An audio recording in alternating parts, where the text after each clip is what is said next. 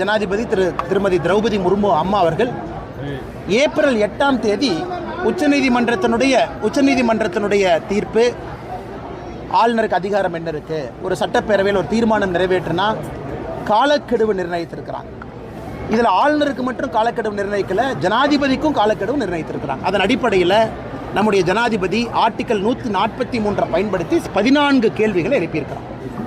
14 கேள்விகள் என்ன பொருள்னா, ஜனாதிபதிக்கு நீங்கள் கெடு நிர்ணயிக்கலாமா?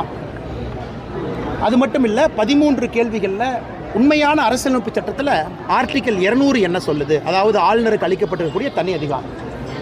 இப்போ 143 பயன்படுத்தி ஜனாதிபதி ஒரு கேள்வி கேட்கும் பொழுது உச்சநீதிமன்றம் என்ன செய்யணும்னா, ஆர்டிகல் 145 பயன்படுத்தி குறைந்தபட்சம் 5 நீதிபதிகள் இருக்கக்கூடிய அமர்வை அமைக்கணும். 5 நீதிபதி இருக்கலாம், 7 நீதிபதி இருக்கலாம், கான்ஸ்டிடியூஷனல் பெஞ்ச். இன்னைக்கு நம்முடைய ஜனாதிபதி அவர்கள் கேட்டதில் எந்த